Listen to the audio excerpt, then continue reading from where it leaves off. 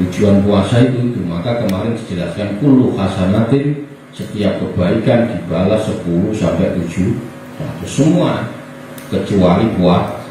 Kalau puasa itu Allah langsung yang ini, jadi nggak bisa dihitung. Kalau ibadah yang lain bisa dihitung. Sampean sholat ini pahalanya ini. Kalau sholat duha rezekinya tambah ini, macam-macam. Nah, dijanjikan macam-macam. Kalau sampean ibadah ini pahalanya sekian, nanti dibalas ini. Kalau puasa enggak. Puasa itu dalil yang paling top itu yaitu tadi bahwa tidak ada tidak ada balasan kecuali Allah yang membalas. Allah yang membalas, yang ceritanya beda. Wal faqihu bidaqaiqil batin, wal faqihu utawi kok wong kang ahli fikih. Bidaqaiqil batin kelawan pira-pira lembut-lembuti perkara kang samar. Yang guru itu ningali, atau yang guru itu angen-angen saka fakih ila ahwalihi maling pira-pira tingkai fakih. Fakot yang tadi, nah terkadang atau nakrabi haluhu opo tingkai fakih dawa masomu ing landungi poso. Wakot jak tadolan teman-teman antara pakai apa hal dawa munfitri ing landungi moka fitr buka wakot jak tadilan antarapi masjal iftori ing nyampur ing berbuka bisawi kelawan poso. Baida faima mongko wis paham sapa fakih al makna ing mengkono-mengkono makna. Wa tahaqqaqa lan nyotaake sapa fakih haddahu ing batas-batas maknane. Bisuruki ing dalem oleh suluk utawa ngambah thoriqil akhirati. Bisuruki thoriqil akhirati ing dalem oleh ngambah dalan akhirat. Bimuraqabatil qalbi kelawan mendekatkan atau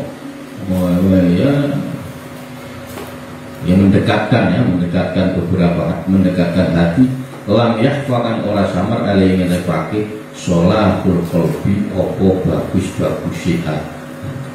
Wal fakih, adapun orang-orang yang fakih pahamnya dia alim fakih, orang yang memahami soal fikih bidaqaiqil batini, kelembutan batin yang dulu ila akhwali, akan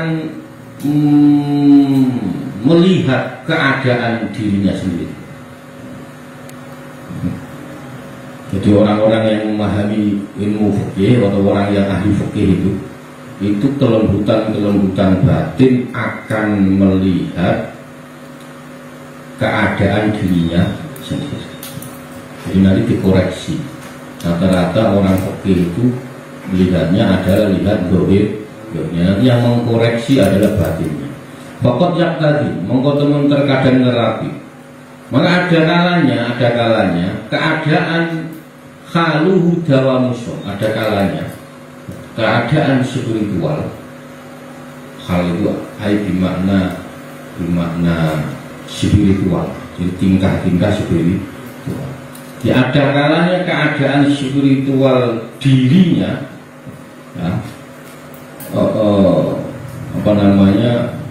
malah bukan mewajibkan, sebaiknya malah dia terus puasa.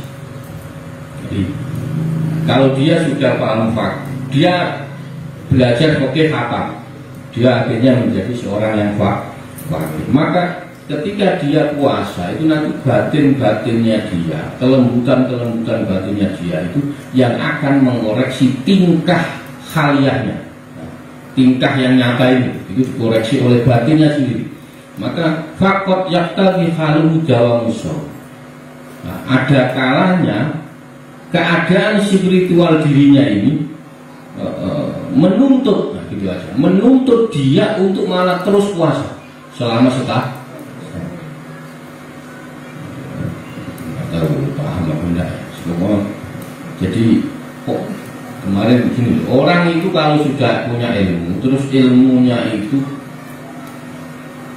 masuk ke dalam hati, dia kefutu, itu dia tahu taunya gini, mana yang harus dijalankan, mana yang tidak harus dijalankan.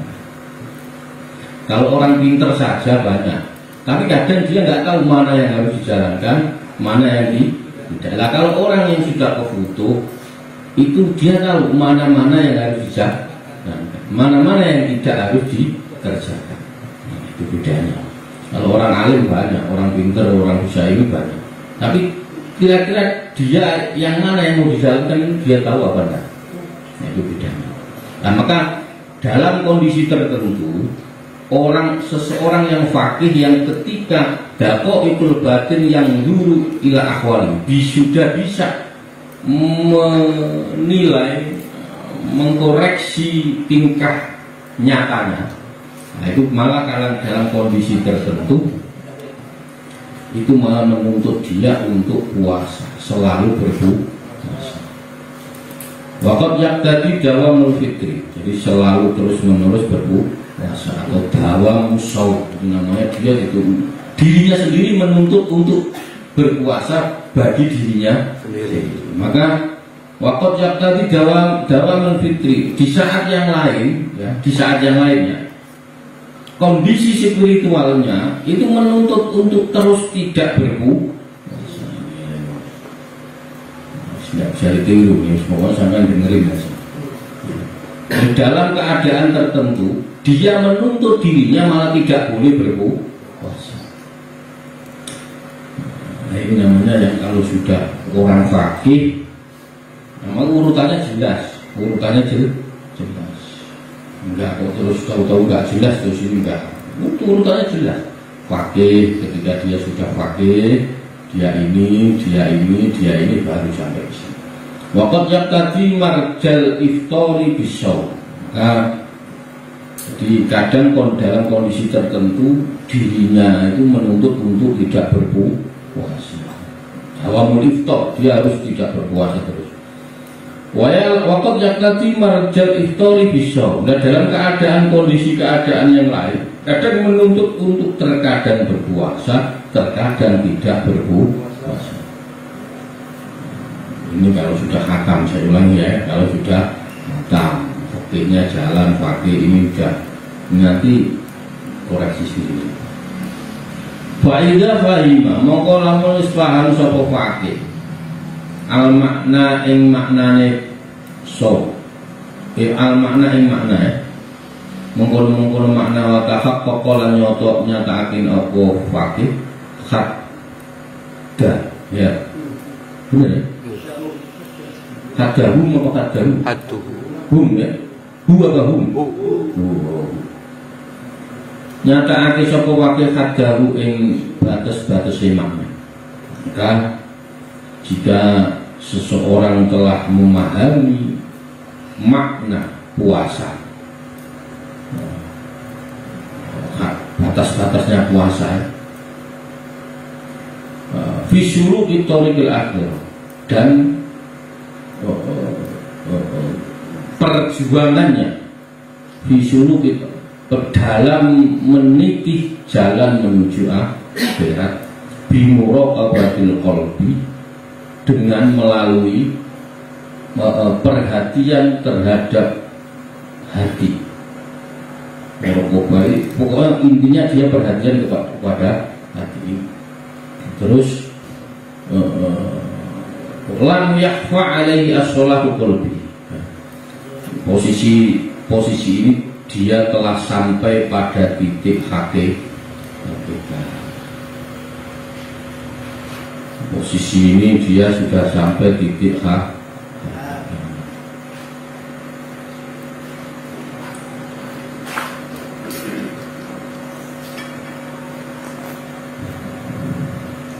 Fa'idha fahima al-ma'na wa tahaqqaqa qaddahu fi syuruti tariqil akhir bimuraqabatil qalbi lam yakhfa alaihi sholahu qalbi.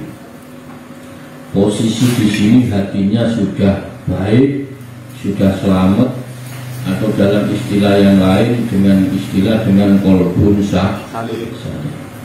Posisi ini dia sudah dalam kondisi hakikat. orang yang berhakikat itu dia tahu kapan jalan, kapan berhenti, kapan mundur, kapan maju.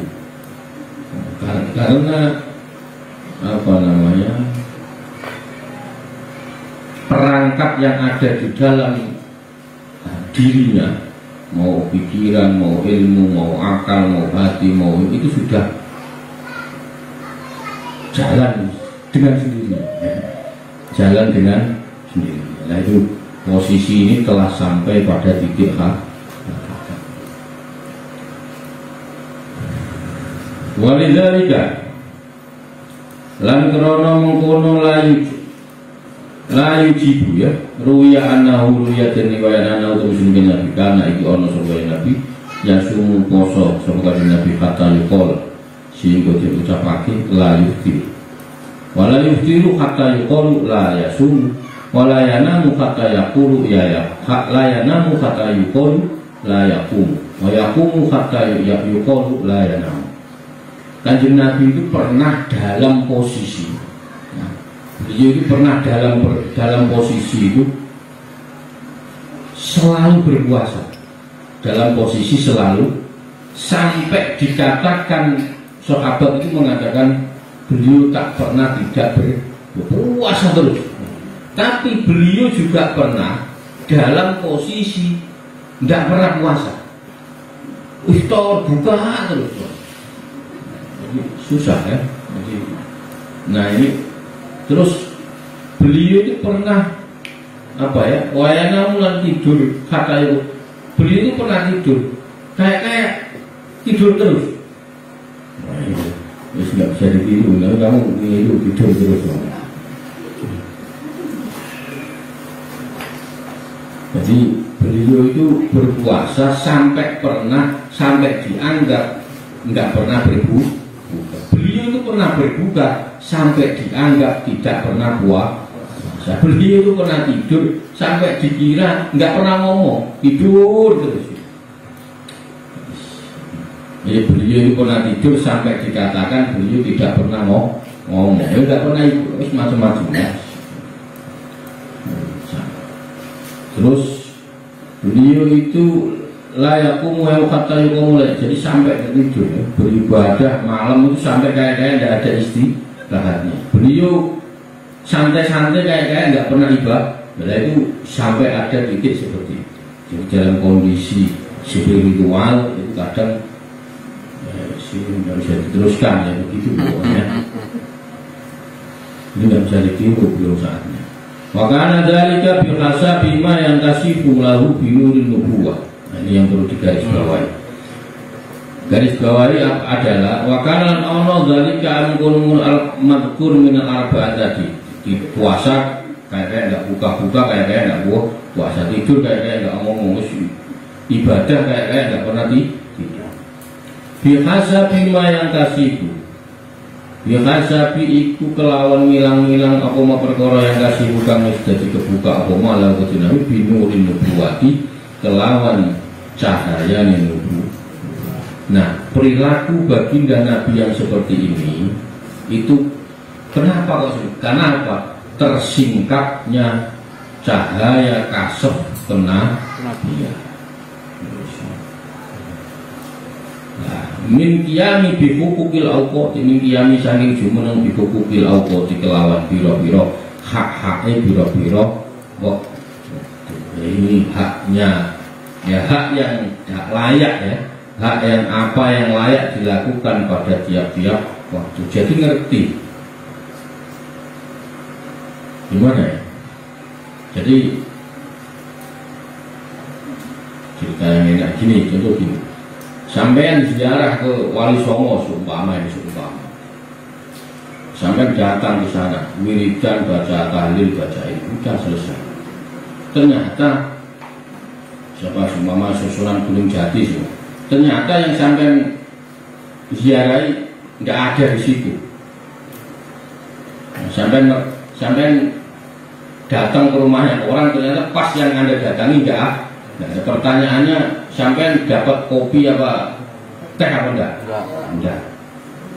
Nah, ini bahasa gampangnya begitu. Jadi Jadi tahu posisi-posisi pas mana ada, mana tidak.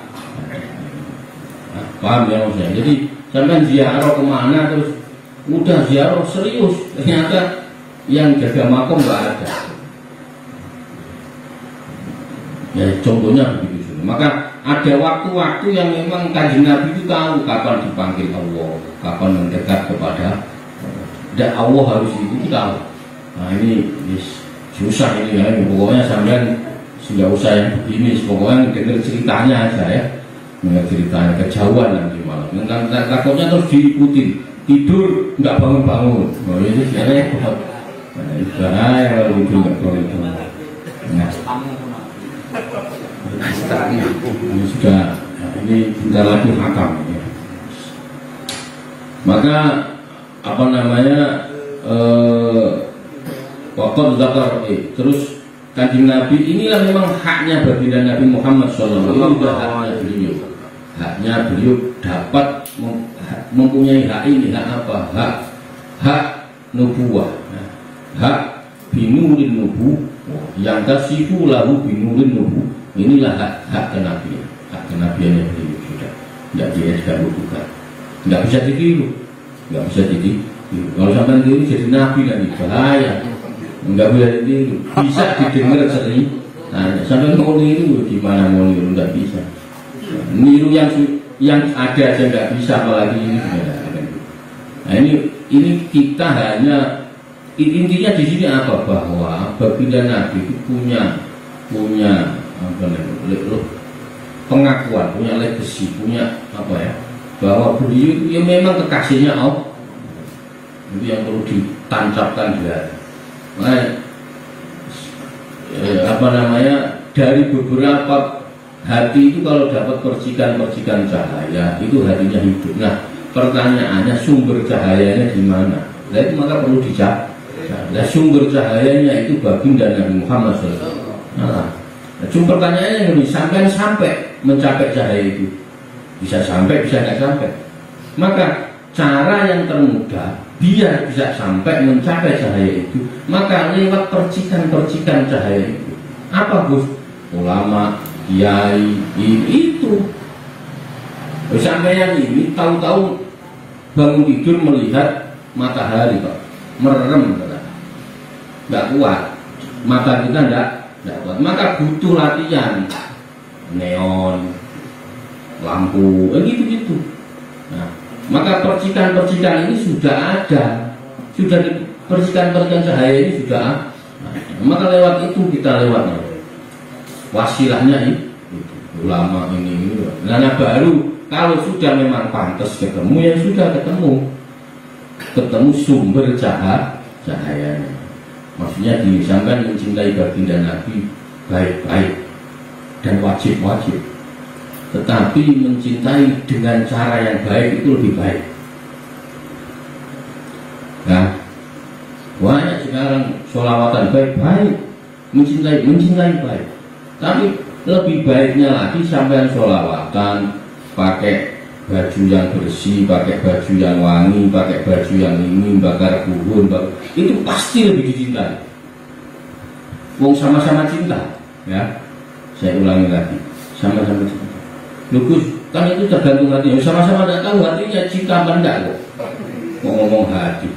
Kalau sampean cinta bener, pasti sampean lebih dicintai dibanding orang yang sekedar sholat. Paham enggak kira-kira maksudnya? Gitu.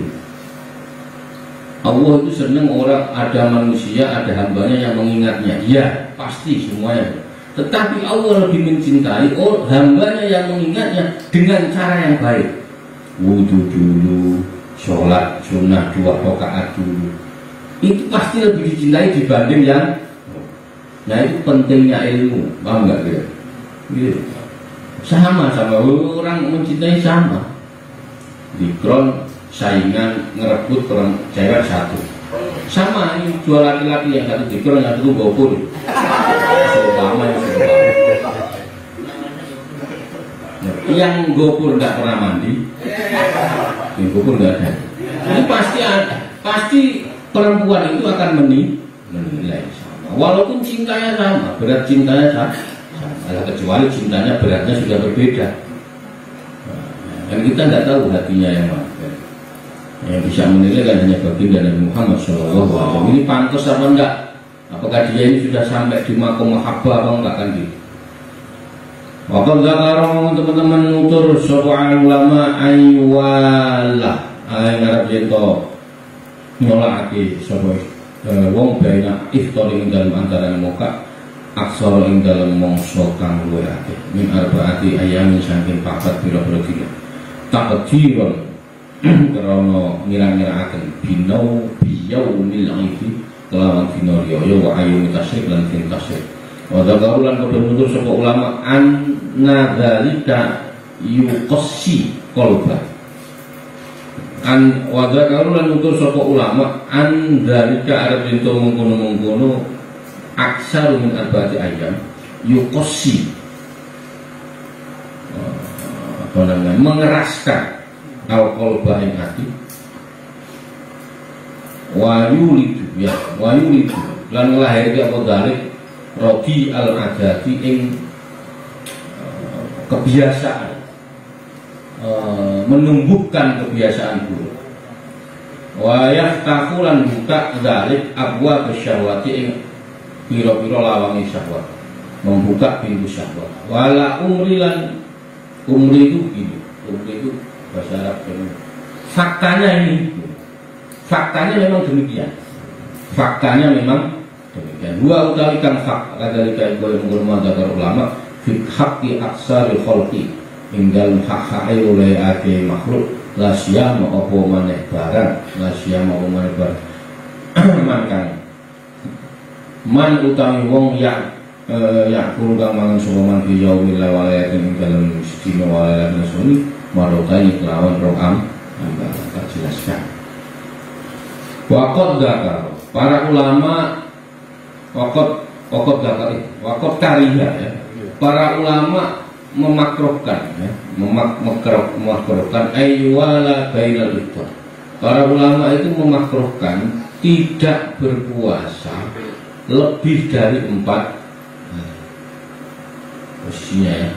Ini kalau sampeyan jangan sampai pokoknya ini posisi ulama masih belum tadi ya, masih belum bidako iqil batin yang dulu ila akhwali. Nah, jadi ulama masih melihat dalam kondisi pandangan wakot karya. Nah, ulama itu banyak yang memakruhkan tidak berpuasa lebih dari 4 hari.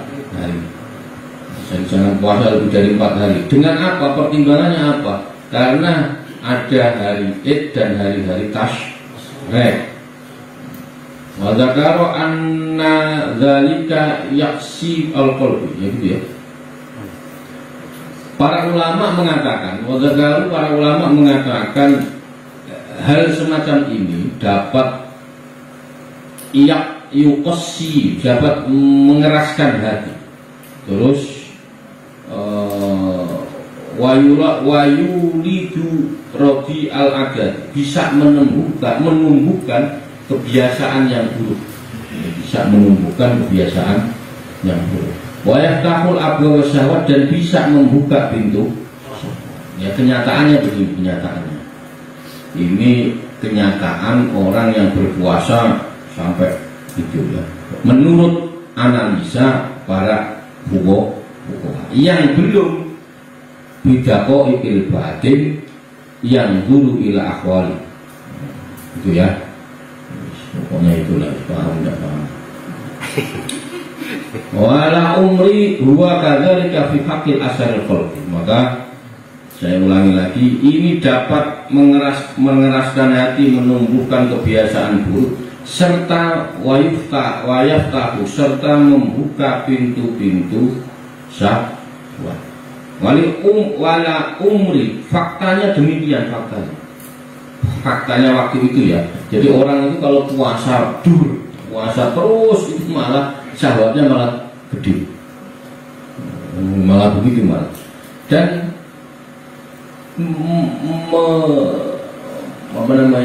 menumbuhkan kebiasaan buruk. Apa itu kebiasaan buruknya? Karena dia tidak makan seharian, terus habis maghrib makanya 3 piring. Habis maghrib, nah itu akhirnya jadi kebiasaan buruk. Nah, contohnya begitu. Nah, orang yang puasa terus seperti ini itu dia dianalisa itu malah syahwatnya malah gede. Nah, dia menumbuhkan kebiasaan buruk, terus hatinya keras. Kenapa kok hatinya keras? Pertanyaannya begitu. Ya, nggak tahu, nggak dijelaskan. Terus huwa kadzalika fi haqqil aksaril khalqi, ya. Maka bagi sebagian orang, terutama mereka-mereka yang ya itu jelas ya man yakulu fil yaumin walakin marratain. Pada siang dia, pagi, siang, sore dia nggak makan, malamnya makan 2 kali. Nah ini kan kebiasaan buruk akhirnya. Padahal tujuannya nggak begitu. Tujuannya puasa itu kan ya tadi menjernihkan hati. Fahada utawi ini sudah mau khatam ya. Fahada utawi ini ma dzakara min awal fasal. Ma keterangan arotna ngarepaken ingsun dikrahu ing nutur ing ma min tarki bisaumi saking ngurut-ngurutaken saum. Al mutatawwa'i kang den sunatake bi kelawan saum. Moga utawi Allah a'lamu bisaum.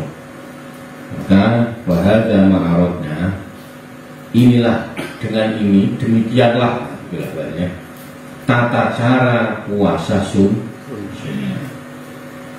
Sampean mau puasa, kemarin dijelaskan kalau mau sebenarnya mirip dengan puasa Jawa, puasa Sunda. Nah, cuman kalau di Jawa, di Sunda itu hubungannya sama tadi.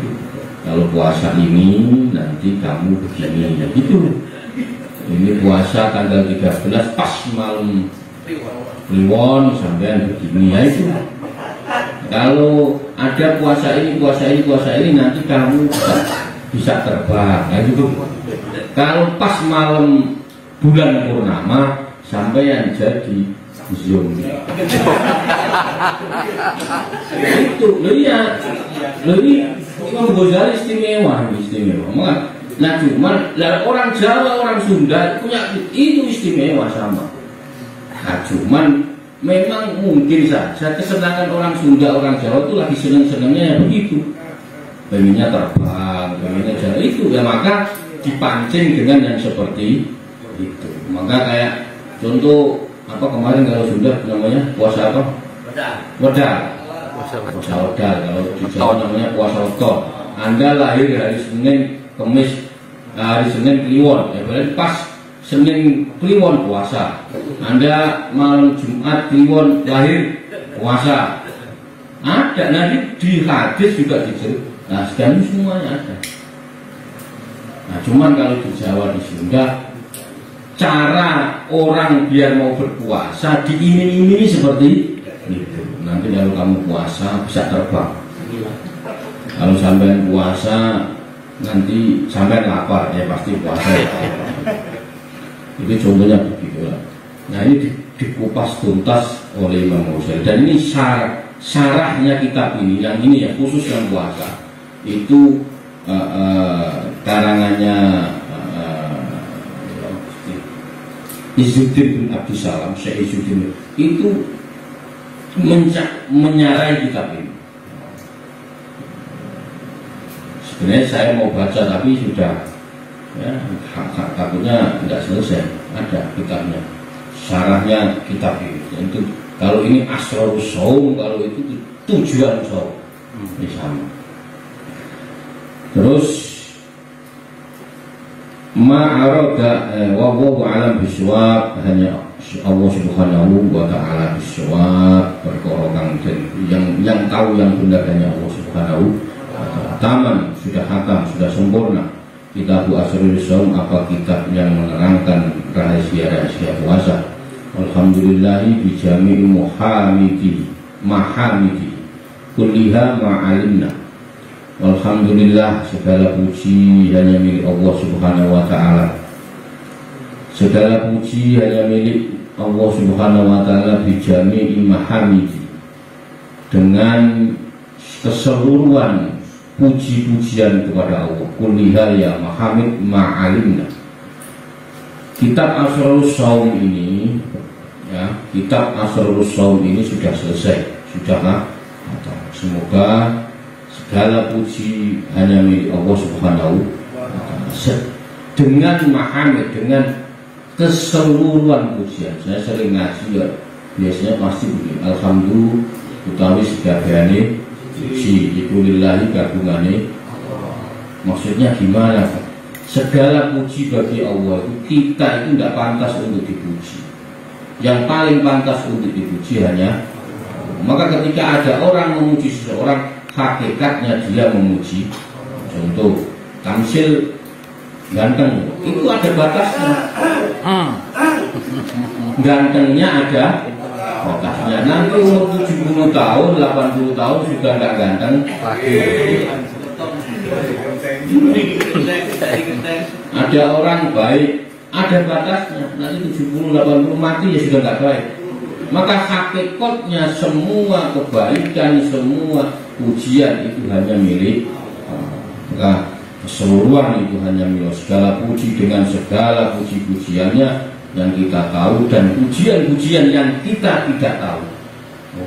Jadi ada puji-pujian yang kita tahu, ada puji-pujian yang kita tidak tahu. Itu semuanya milik Allah. Maka pujian untuk seluruh nikmat, ma'alimna minha wa ma'lam na'lam, yang tahu yang tidak tahu, ala jami ini ma'ikulliyah, seluruh pujian untuk seluruh nikmat, ma'alimna minha wa ma'lam, sama nikmat yang kita tahu dan nikmat yang kita tidak tahu.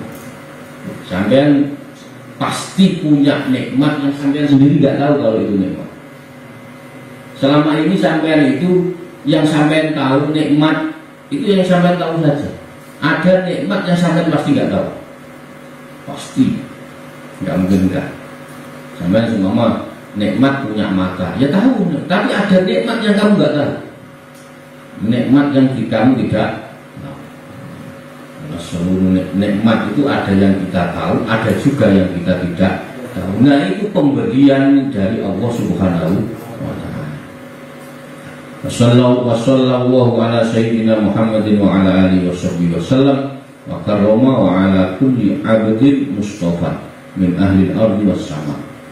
Semoga salam sejahtera, salam keselamatan dan kemuliaan semoga selalu tercurahkan kepada baginda Nabi Muhammad SAW wa ala alihi wa sahbihi, keluarga dan sahabatnya, wa sallama wa karrama.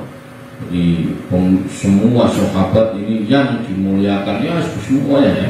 Wa ala kulli abdin, dan lan ing atase sabun-sabun kawula al mustofa kang den pilih min ahli ardi was sama.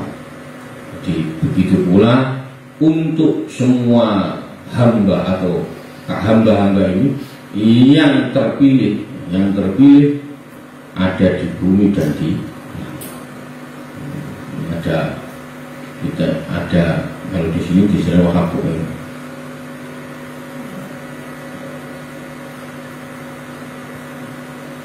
Ada hamba-hamba itu yang terpilih di dunia, juga ada hamba-hamba yang terpilih di langit. Maka hanya Allah ya hanya Allah lah Maha Penolong, Maha Pengasih, Maha Penyayang. Tidak ada Tuhan selain Allah. Tidak ada pertolongan selain pertolongan Allah. Tidak ada anugerah selain anugerah Allah. Tidak ada rahmat selain rahmatnya Allah. Maka semuanya dicukupkan oleh Allah Subhanahu wa ta'ala. Maka dialah penolong terbaik untuk hamba-hamba. Kalau suami wali kain, wallahu a'lam bishawab. Khatam, sebenarnya saya mau mayoran tapi